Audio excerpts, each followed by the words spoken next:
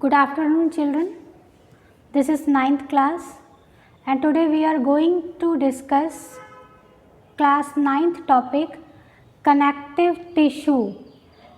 As we discussed earlier that connective tissue are of three types: connective tissue proper, vascular connective tissue and skeletal connective tissue. But out of these three types, today we will discuss only about connective tissue proper. Fine. Connective tissue proper, ये जो tissue है this is most abundant tissue in our body. ये जो है सबसे ज़्यादा present होता है हमारी बॉडी में, क्योंकि कनेक्टिव टिश्यू है तो नाम से ही पता है बाइंड करने के लिए यूज़ हो रहा है. जगह जगह ऑर्गन्स को आपस में कनेक्ट करने के लिए, जोड़ने के लिए, टिश्यूज़ को कनेक्ट करने के लिए, सेल्स को कनेक्ट करने के लिए यूज़ हो रहा है. So it is most abundant type of connective tissue. नहीं, जितने भी कनेक्टिव टिश्यू हैं उनमें सबसे ज़्यादा जो है ये प्रेजेंट है बाइंड अप करने के लिए ऑर्गन्स को. इसका जो मैट्रिक्स है वो मैट्रिक्स सॉफ्ट है, जिलेटिनस एंड लेस रिजिड. वैसे भी सॉफ्ट है तो लेस रिजिड, रिजिडिटी तो प्रोवाइड कराएंगे बट बहुत ज़्यादा हार्ड नहीं होंगे ये substance. Fine. Now connective tissue proper are four types है इसके. First is areolar connective tissue, second is adipose connective tissue, third one is tendon और white fibrous connective tissue, and fourth one is ligament and yellow fibrous tissue. First of all we take this areolar tissue. Areolar tissue अगर हम ले तो ऐसे माने कि ये जो ऐसा टिश्यू है बिल्कुल कॉमन, अगर मैं कहती हूँ तो ये कि ब्लड वेसल्स को मसल्स के साथ कनेक्ट करना, नर्व्स को मसल्स के साथ कनेक्ट करना, स्किन को मसल्स के साथ कनेक्ट करना, यानी जहाँ जहाँ पर इस टाइप के कनेक्शंस होंगे वहाँ पर यूज़ होगा एरियोलर टिश्यू. सो एरियोलर टिश्यू का है बिलो द स्किन, स्किन के बिलो प्रेजेंट है, यानी सबक्यूटेनियस लेवल पर ये प्रेजेंट है. Fine. It surrounds the muscle bundles के चारों तरफ प्रेजेंट होगा. किडनीज में, टेस्टिस में, ब्लड वेसल्स, इन सब को कनेक्ट करने में हेल्प करेगा. फाइन. अब देखिए ये जो एरियोलर टिश्यू है अगर हम ले तो इसके मैट्रिक्स में टू टाइप्स के सेल्स प्रेजेंट होते हैं. वो क्या क्या है? फर्स्ट जो होगा वो है वाइट कोलेजन फाइबर्स, और जो वाइट कोलेजन फाइबर्स हैं ये टफ फाइबर्स होते हैं, हार्ड होते हैं. तो जो रिजिडिटी मेंटेन करेंगे, हार्डनेस थोड़ी मेंटेन करेंगे, वो करेंगे वाइट कोलेजन फाइबर्स. वैसे भी कोलेजन फाइबर थोड़े से हार्डनेस ही प्रोवाइड कराते हैं. और जो इलास्टिक सेकंड जो होगा वो क्या होंगे? इलास्टिक येलो इलास्टिन फाइबर्स, यानी एक तो हो गए वाइट कोलेजन फाइबर्स, दूसरे हो गए yellow elastin fibres and reticular fibres. अभी जो येलो इलास्टिन है और रेटिकुलर फाइबर्स हैं दीज आर इलास्टिक फाइबर्स. और वैसे आप यहाँ से भी याद रख सकते हैं कि इलास्टिन आ रहा है तो means these fibres will be elastic fibres. इनका जो नेचर होगा वो इलास्टिक नेचर होगा. फाइन. अब इनके फंक्शंस क्या हैं? First of all important, binding का काम कर रहे हैं. ऑर्गन्स को आपस में कनेक्ट करेंगे और ऑर्गन्स को आपस में बाइंड करेंगे, तो वो बाइंडिंग का जो काम है वो काम होगा एरियोलर टिश्यू का. सेकंड, जहाँ जहाँ पर अगर कभी इंजरी हो जाती है तो जहाँ इंजरी हो जाएगी उस पार्ट की रिपेयर करने में हेल्प करेंगे, यानी रिपेयरिंग में भी ये हेल्प करेंगे, helps in the repair of body tissues after injury. Next, histiocytes and amoebocytes इनका नेचर होगा. नेक्स्ट, मास्ट सेल्स यहाँ पर प्रेजेंट होती हैं, तो ये एलर्जिक रिएक्शंस में भी हेल्पफुल होंगे, उनके अगेंस्ट भी ये काम करेंगे, फंक्शन परफॉर्म करेंगे. ठीक. इसके बाद जो नेक्स्ट हमारा टिश्यू है वो है एडिपोज टिश्यू. एडिपोज टिश्यू जो है वो फैट स्टोरिंग टिश्यू है, यानी ऐसा टिश्यू जो फैट को स्टोर कर लेता है और सबक्यूटेनियस लेवल पर स्टोर करेगा स्किन के जस्ट नीचे. और जो फैट के जो ग्लोब्यूल्स हैं ओवल शेप्ड हैं, या स्फेरिकल हैं, लार्ज हैं, वो इन एडिपोज के डिपोजिशन की वजह से ही ग्लोब्यूल फॉर्म में आ जाते हैं। और वो सेल्स जो फैट को स्टोर कर लेते हैं उन सेल्स को कहते हैं एडिपोसाइट्स सेल्स। फाइन। अब यह एडिपोसाइट्स का नंबर कितना होगा उसके बेस पर हम डिफ्रेंशिएट करते हैं एडिपोज को, कि अगर मान लिया एक ही फैट ग्लोब्यूल है लेकिन वो लार्ज साइज्ड है तब वो होता है वाइट एडिपोज। ध्यान रखना है, अगर एक फैट ग्लोब्यूल है और वो एक अकेला ही लार्ज साइज होगा, क्योंकि जब अकेला होगा एक होगा तो वो साइज में बड़ा होगा, लार्ज साइज होगा, तब वो होता है वाइट एडिपोज। और जहाँ पर बहुत सारे एडिपोज ग्लोब्यूल्स होंगे लेकिन स्मॉल साइज, जब बहुत सारे होंगे तो वहाँ पे स्मॉल साइज होंगे, ऐसे कंडीशन में वो जो फैट ड्रॉप्स होंगे वो होंगे ब्राउन एडिपोज, ब्राउन कलर के होंगे। अब इनका लोकेशन कहाँ है? एक तो हमारे सबक्यूटेनियस स्किन के नीचे का जो फैट है वो मेंटेन करेंगे, साथ साथ जो हमारी बॉडी के इंटरनल डेलिकेट ऑर्गन्स हैं उसके चारों तरफ कवरिंग बनाएंगे ताकि उन ऑर्गन्स को जो है एक तरीके से सेफ्टी प्रोवाइड कर सकें, कोई शॉक, कोई इंजरी उन ऑर्गन्स को जो है नुकसान ना पहुंचा दे। बिलो आई बॉल में प्रेजेंट है, जो वाइट वाला पार्ट है वहाँ पर ये प्रेजेंट है।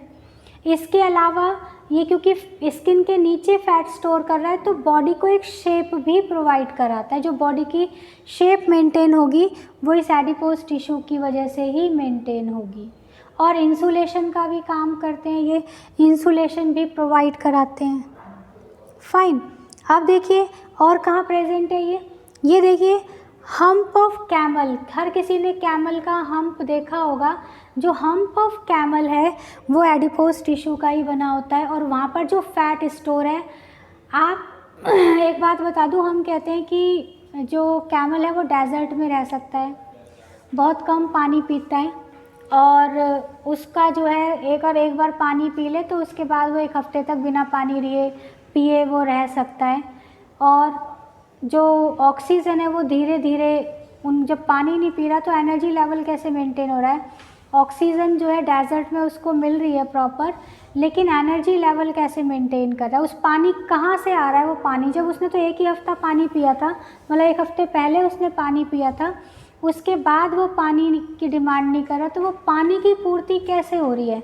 तो ये जो हम्प में जो फैट की लेयर है उस फैट के ऑक्सीडेशन से जो स्लोली फैट ऑक्सीडाइज हो रही है, उस फैट के ऑक्सीडेशन से जो बाय प्रोडक्ट वाटर वहाँ फॉर्म हो रहा है वो वाटर बॉडी में ही रह जाएगा और वो उस पानी की कमी को पूरी करता रहेगा, जिसकी वजह से जो कैमल है उसको उसकी नीड जो है ऐसी नहीं लगेगी कि उसको जल्दी जल्दी पानी पीना है।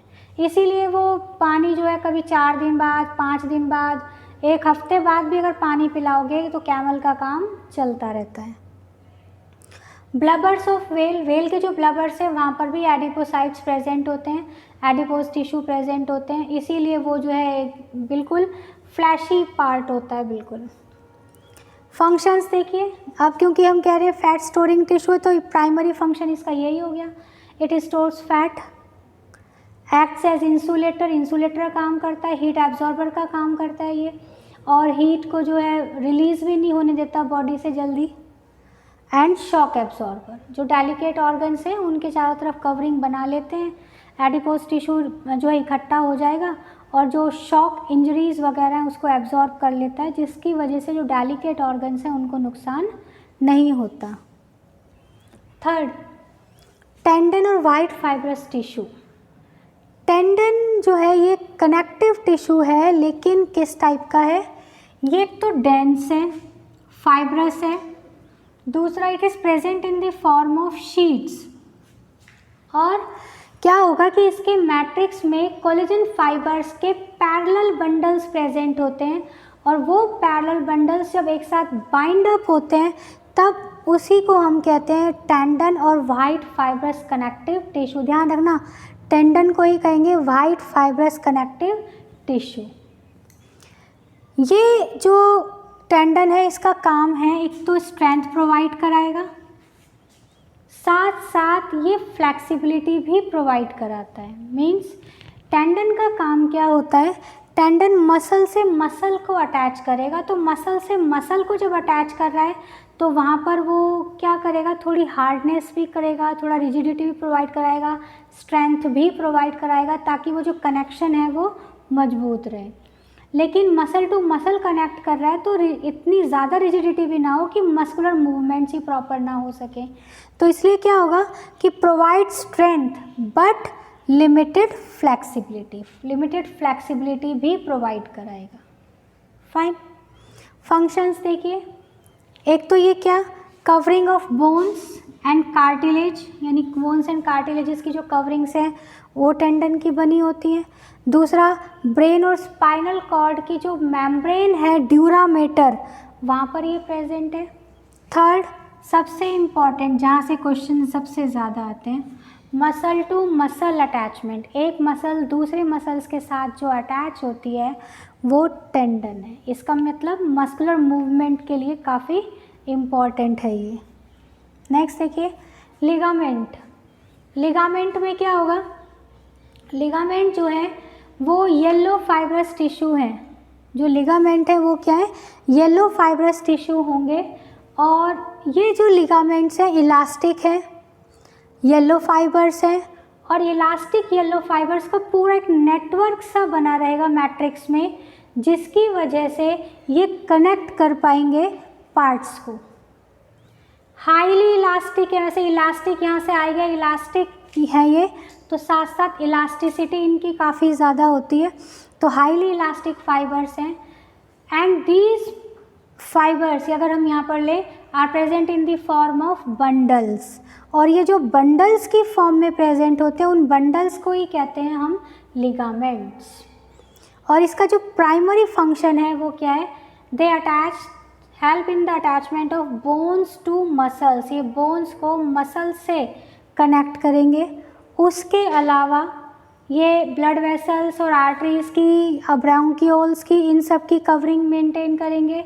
साथ साथ ये बैंडिंग, जो हमारी बॉडी में जो जितने भी बैंडिंग मूवमेंट्स हैं, जितने भी आर्टिकुलर मूवमेंट्स हैं, उन मूवमेंट्स में ये हेल्प करते हैं। और अगर स्प्रेन्स डेवलप हो जाते हैं, कई बार स्प्रेन्स आ जाते हैं एकदम, वो स्प्रेन्स भी इनकी वजह से ही आते हैं, लिगामेंट्स की वजह से। फाइन, तो आज जो हमने किए हैं वो है areolar tissue, adipose tissue, tendon and ligament. इसमें मोटे मोटे सी कुछ एक बातें ध्यान रखने हैं आपने। एरियोलर टिश्यू वहाँ प्रेजेंट होगा जहाँ पर स्किन को मसल से कनेक्ट करना है, नर्व को मसल से कनेक्ट करना है, ब्लड वेसल्स को कनेक्ट करना है मसल्स के साथ, उस जगह पर एरियोलर टिश्यू प्रेजेंट होगा। ठीक है, और इसका जो प्राइमरी फंक्शन है वो है बाइंडिंग एंड रिपेयर, ये दोनों इसके प्राइमरी फंक्शंस हैं। Adipose tissue fat storing tissue है, एडिपोसाइट्स प्रेजेंट होते हैं, और इनका काम होगा डेलिकेट ऑर्गन्स को सपोर्ट प्रोवाइड कराना, इंसुलेशन प्रोवाइड कराना। और इसके दो बहुत ही ज़्यादा एग्जाम्पल हैं इम्पॉर्टेंट, वो है एक तो कैमल हम्प, दूसरा ब्लबर ऑफ व्हेल। क्वेश्चन यहाँ से बहुत ज़्यादा आता है।